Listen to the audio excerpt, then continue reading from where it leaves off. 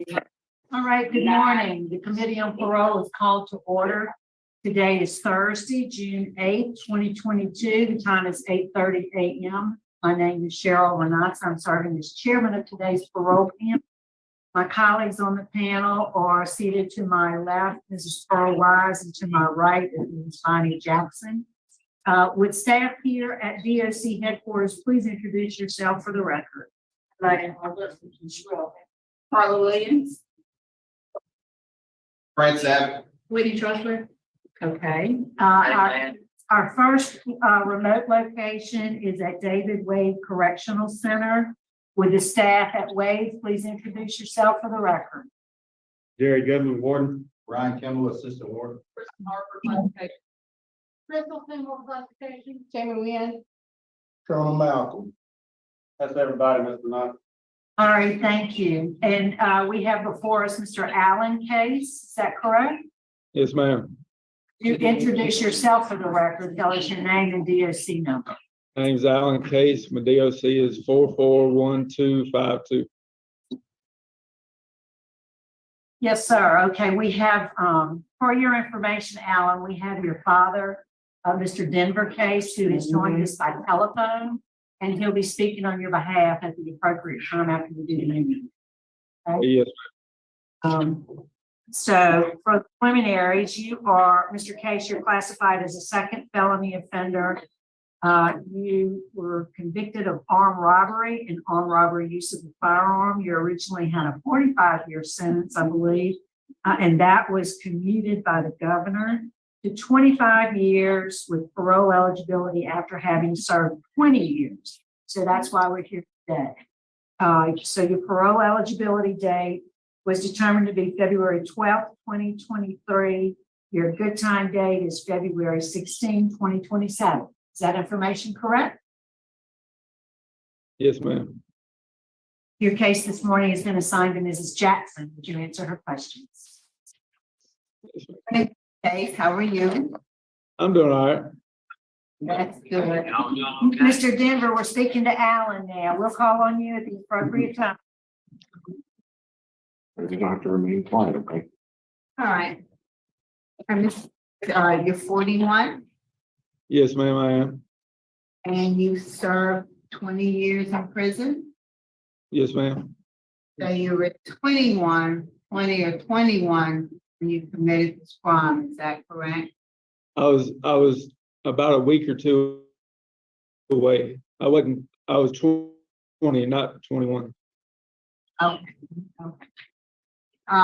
Well, back in 2020, you appeared before the pardon board and you received a unanimous recommendation to the governor to commute your sentence 25 years with immediate parole eligibility. So obviously, in that interview back in 2020, you must have presented yourself very well and impress the board with the things that you had accomplished up until that time. What I'd like to ask you is, one, since having received the recommendation for commutation, have you had any disciplinary issues whatsoever since 2020? No, ma'am. And you have completed some programs since 2020, is that correct? Yes, ma'am, I have. I show Living in Balance 1 and 2, Mm-hmm. Victim Awareness, Yes, ma'am. Save the Rage, Yes, ma'am. Pre-Release. Yes, ma'am. Did all of those in 2022, is that correct? I did the reentry program in 2021, and I did the other programs in 2022. He's calling the reentry program. That's the 100-hour pre-release, Ms. Jackson.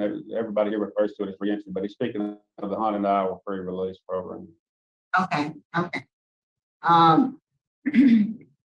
So what's your transition plan, Mr. Case, when you're released? Where do you plan to live? What do you plan to do for a living? Tell us basically about your transition.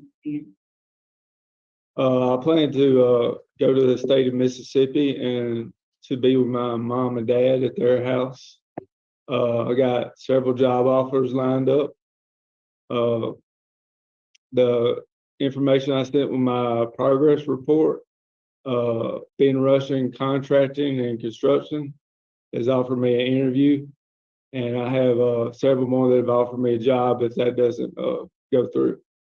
I'm just gonna. And where in Mississippi are your parents? They're in Brookhaven.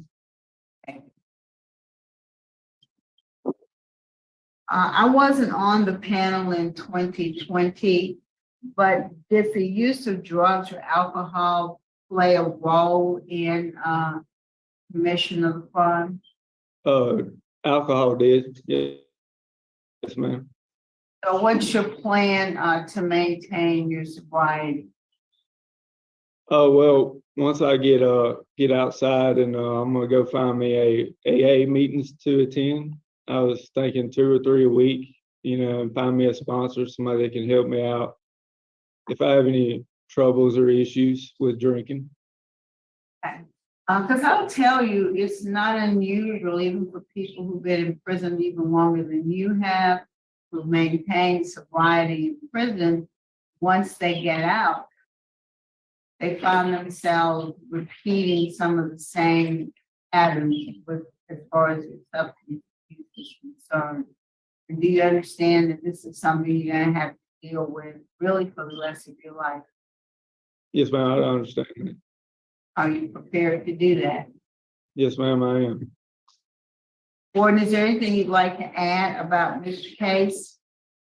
Ms. Jackson, his record speaks for itself. He's had lots of programming. He's had an excellent conduct record throughout his incarceration. No issue with any substance abuse during his incarceration.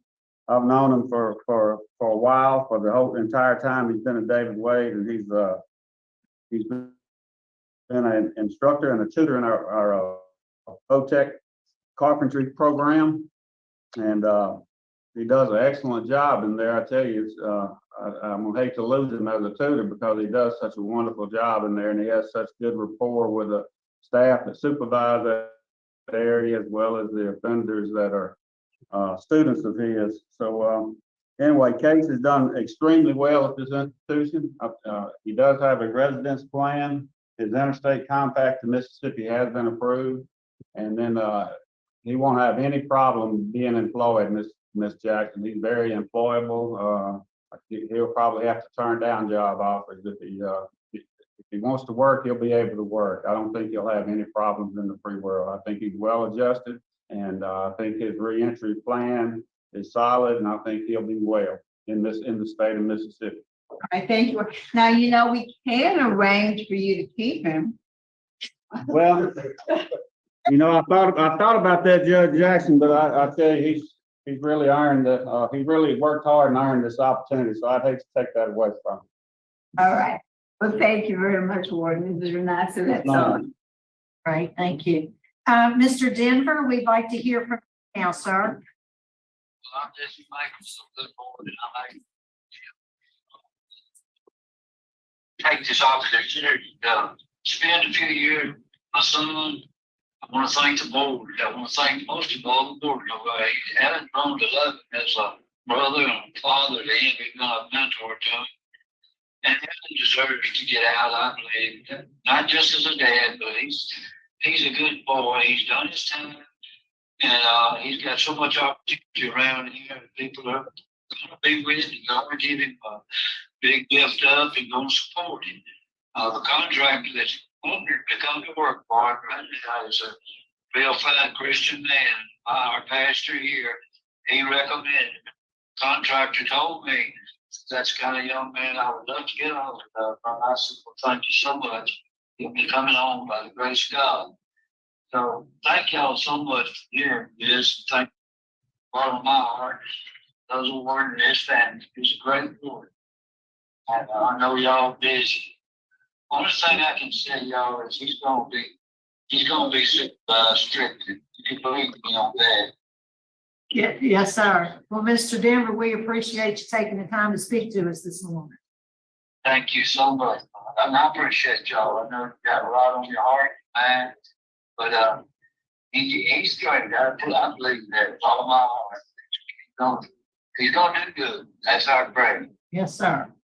All right, Alan, is there anything you'd like to say to us before we vote? No, man, I just like to thank you for the opportunity to be here to show that over the years that I've changed and I'm ready to contribute to my family. Thank you. All right, ready to vote, Mrs. Jackson? All right, Mr. Tate, my vote would be to grant your early release for the state compact to Mississippi. You have an outstanding institutional record, and you have extremely high grades from what you think you'll do well. Upon release, I would add that you should attend at least 2 AA or NA meetings for the duration of the supervision, but I would also suggest for the duration of your life. But that's my vote. Mrs. Thank you. White? This case, my vote is to grant as well conditional to the Mississippi compact. You have an excellent work evaluation as a carpenter instructor, so you really impact lives going. I want to commend you for that. That's what you see, sir. Thank you. My vote, Alan, is the same, to grant you parole. So good luck to you. You understand your conditions? Yes, ma'am. Probably for the rest of your life. Yes, ma'am, I do. Good luck to you. All right, thank you.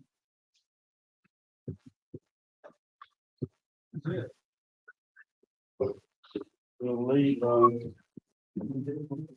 we'll,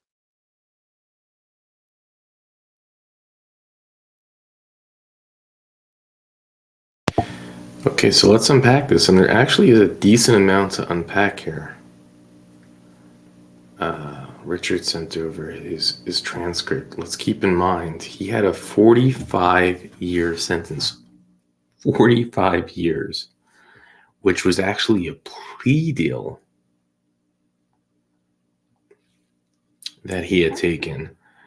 And this is like part two. We didn't see the first part, but he had, and maybe you recall the commutation sentences where you have 4 to 5 board members, and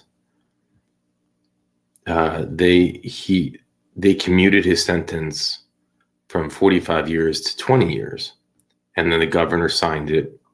And then this is his parole hearing, which is why it was rather quick, right? They didn't go into the details. They didn't bring up the victims because it's his sentence was commuted, and it's kind of a shoo-in. We have seen one that I know of where the governor had commuted the sentence, and one that I can recall where the governor commuted the sentence, and then they got denied in the parole hearing. That was quite fascinating because I didn't know that was possible.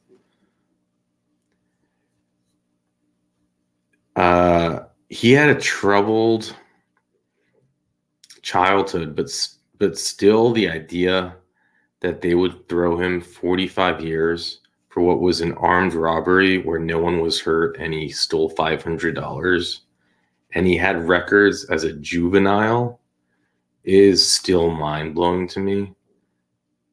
Mind-blowing when we see people who do far worse on every single level, whether it's harming our youngsters or unaliving people. I'm sorry to be YouTube friendly here.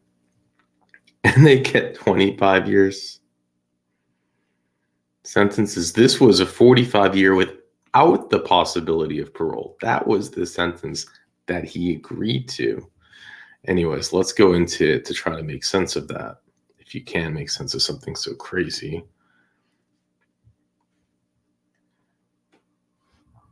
So this is his appeal in 2007. So it says, on January 30th, 2003 at 2 a.m., armed with a stolen rifle, he entered an Exxon gas station. He demanded money from the cashier and fled with cash more than $500. I don't know, I guess under 1,000, more than 500.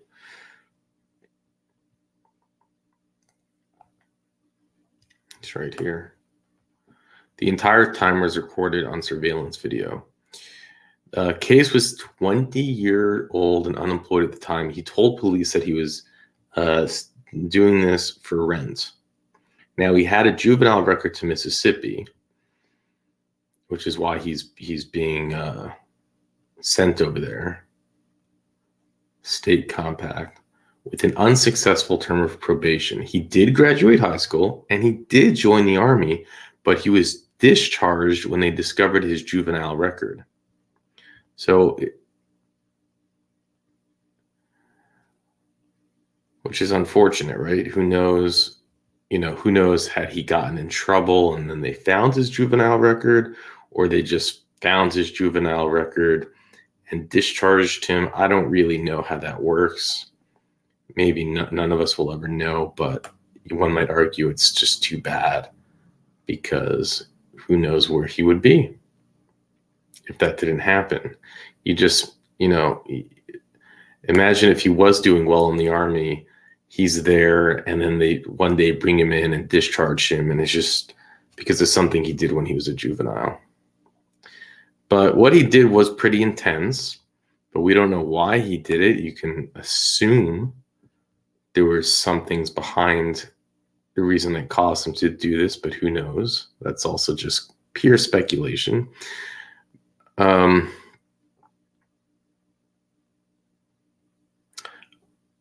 they don't go into the juvenile charges. But this is what he was arrested for as an adult. So he was previously arrested as an adult for 2 separate incidents involving either threatened or actual arson at Louisiana churches. So on September 8th, 1999, he was charged with the count of extortion for communicating a threat to burn down the Bosco Baptist Church unless he was given money. And on April 24, 2000, Case was charged with simple arson of a religious building after he set fire to Union Baptist Missionary Church. Now, again, this is what I was alluding to. Why he's choosing churches is totally speculative, but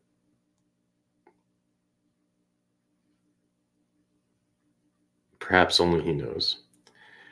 Case pled guilty to simple arson extortion in June 2001 and was sentenced to serve 5 years at hard labor on each count concurrently, with all but 1 year suspended and with 4 years of supervision. The defendant served his prison time in Beauregard boot camp. Because of his armed robbery conviction, his probation on the previous charges had been revoked. In May 2003, the state also charged Case with other crimes, 2 counts of simple arson and 2 counts of simple burglary. These charges were unrelated to this robbery. So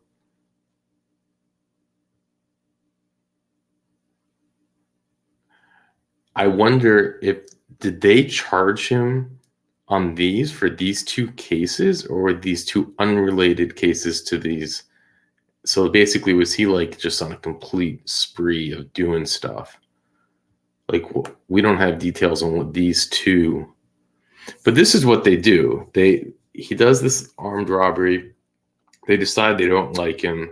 They suspect him of doing other things, which he may or may not have done. And they just throw all these charges on him. And here he is, this 20-year-old kid with a public defender, the public attorney defending him, right? 20 years old. And then the prosecutor comes with this plea deal, which is basically they scare the life out of him. They say, you can get life without parole. Sign here for 45 years. And he signs, which is why you would lock up a 20-year-old for 45 years without the chance of parole is beyond me. And it ended up working out. It ends up seeing that he did great, and maybe it saved his life and blah, blah, blah. But he had to get a commutation of his sentence, or he would be there for another 25 years.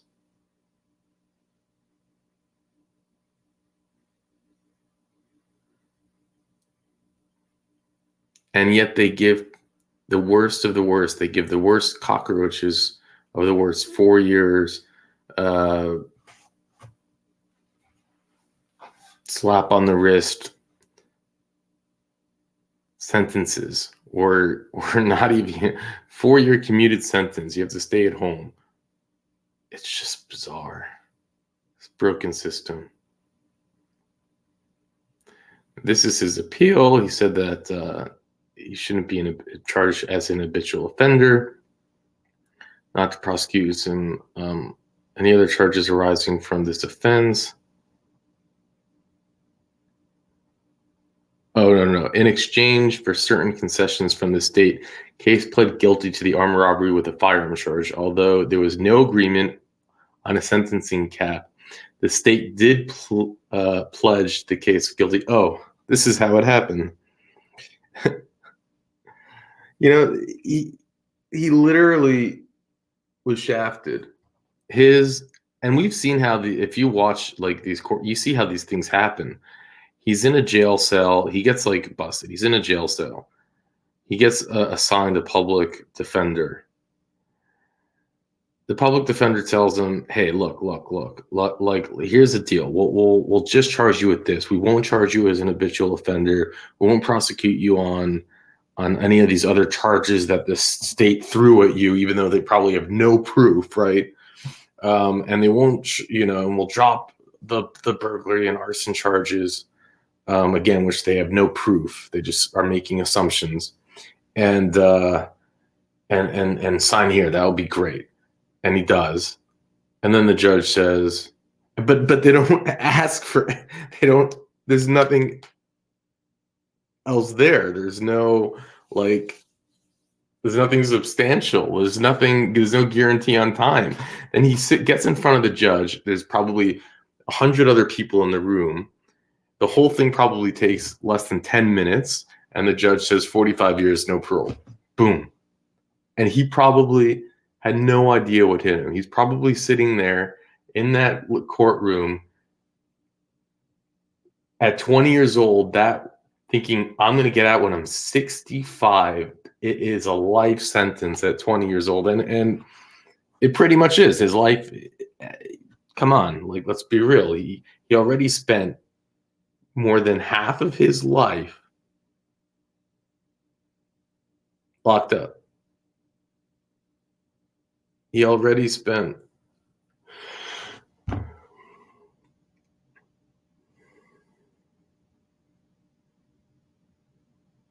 at sentencing on June 29, 2006, the trial would review the foregoing facts and considered the sentencing of imprisonment was appropriate. Of course it was appropriate.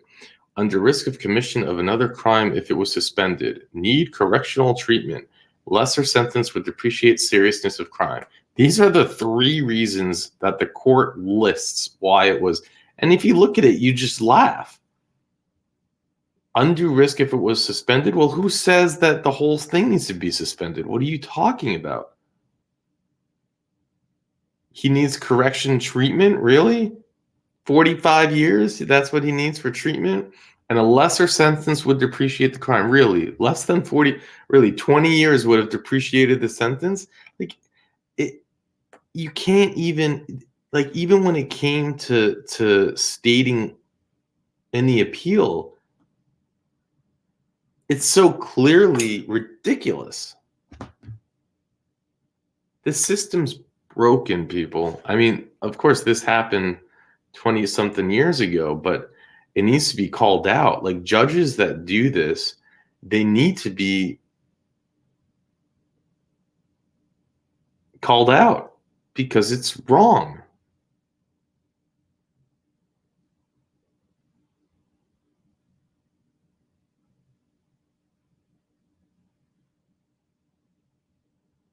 Then they say because he pointed the rifle at the clerk, he took something of value.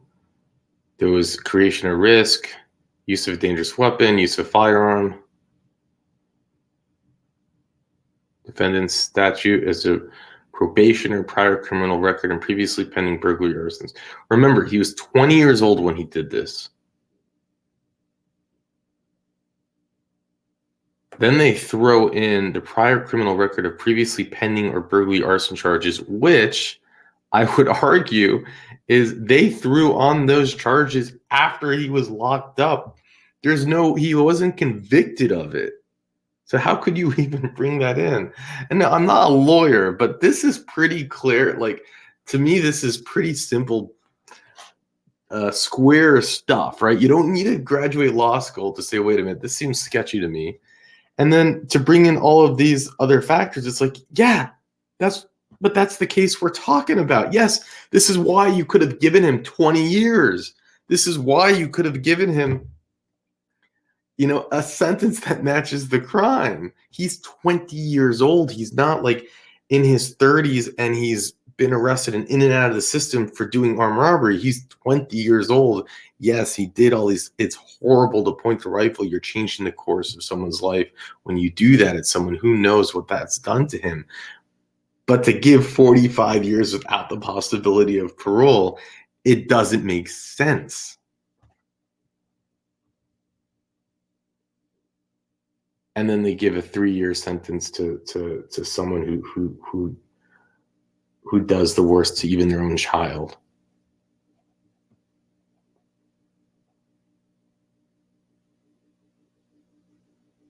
We get sick and tired of hearing about those cockroaches that get caught 1 time, 2 times, 3 times, and they get 2 years, they get 1 year, they get probation, and they keep getting caught, and they keep getting caught, and they get the slap on their sentences. And what fires me up about them reading this, it's like, how does that happen? How do you say, who cares about the child?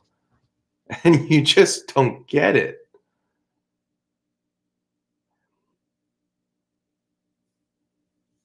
Richard sent me a case. It's a preliminary hearing. I'm going to put it on my other YouTube channel. If you don't know about it, on my other YouTube channel, check it out. Go into the community tab. You'll see I have it listed there. And it's a beautiful thing because it shows a cockroach that's there, I think, for his 4th offense. And the prosecutor is saying he wants to sign on 10 years. And the judge says, why 10 years? And the prosecutor says, well, he's only received 2 years and 1 year for his previous charges. And it was like, he only received 1 year and 2 years. So, this is the prosecutor, not his defense attorney, the DA. And the DA says, so according to those lesser sentences, 10 years is a big jump. That was the DA's argument for the plea deal. I'm not kidding. You have to see it to believe it. And the judge says, but when is he going to learn? And who's to say that he's not going to do this when he gets out in 10 years? And the DA responds, well, let's see in 10 years. Yeah. Let's see in 10 years. When he harms another child, let's see in 10 years. I couldn't believe what I was seeing. And to the judge's credit, he said, no, we're taking this all the way to trial. We'll see you in trial. So there are DAs that just don't care about children. There are judges that don't care. And we see that in the sentencing.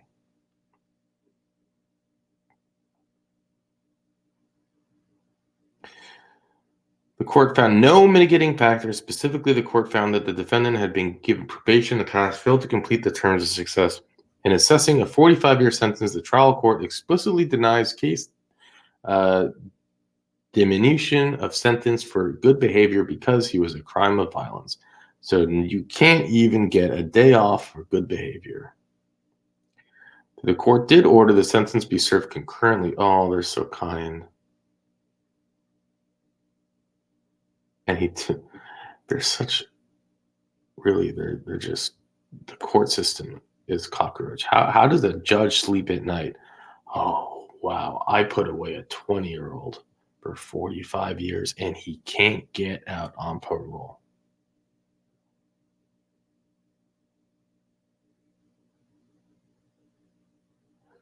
Here's his argument that it was, and then he says here, as part of his, in support of the motion, case submitted a report from a psychologist who evaluated case when he was an 18-year-old senior. The report indicated the case was of average intelligence, but suffered from depression, a history of family problems, and underlays acting out, oppositional, and antisocial behavior. I mean, the psychologist recommended that counseling and evaluation of antidepressant medication. This is when he was in high school. They had this report. The court denied case's motion for reconsideration.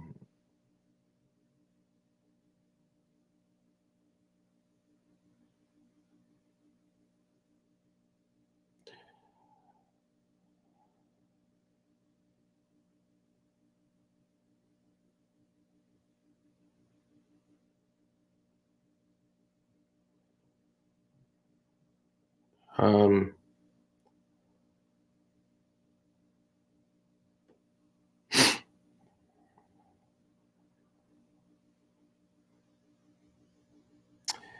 Most importantly, the trial recognizes that the defendant had received a significant benefit of the operation of his plea bargain that prevented the state from charging. They're such clowns. They're clowns. They put in writing that he received look at this, he received a significant benefit of his plea bargain. Because his plea bargain, they prevented him from being charged as an habitual offender. He received a significant benefit. They're clowns. You imagine putting this in writing. It feels like you're in it doesn't feel like it's America, frankly.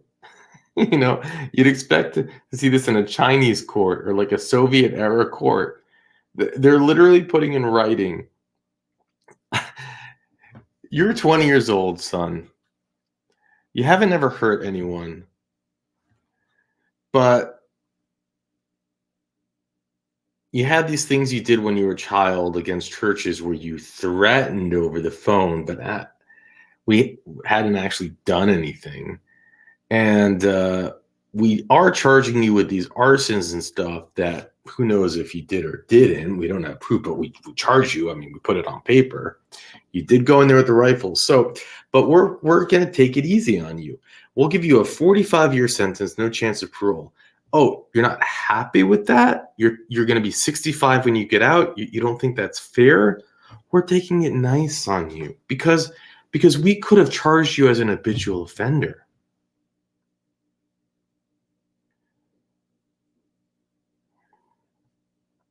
We're giving you a significant benefit of this plea bargain, son. You see, we could have charged you as an habitual offender. We could have locked you away for life. You should thank us, really.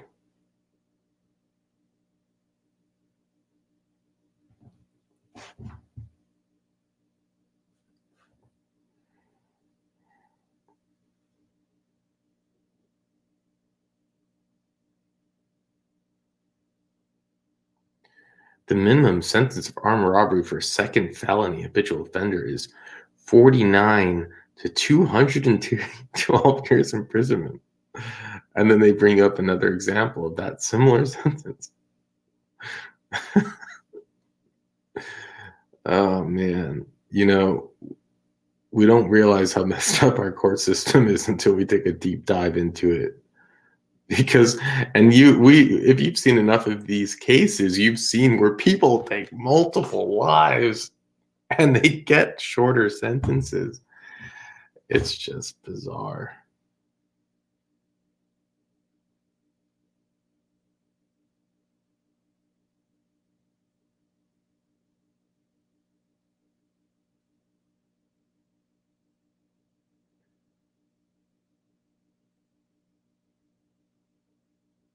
Yeah.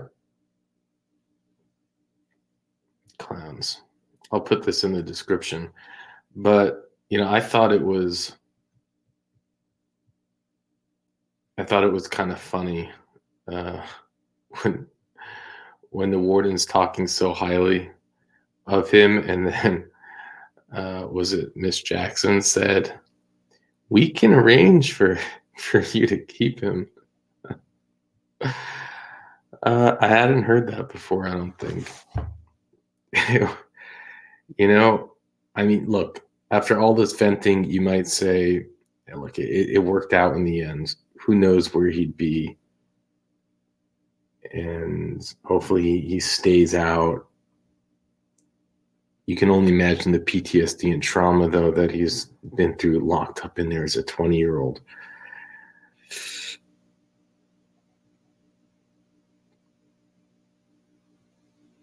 But he seems to be upbeat. He seems to have learned to have a lot of skills. Has good work ethic and all those things. But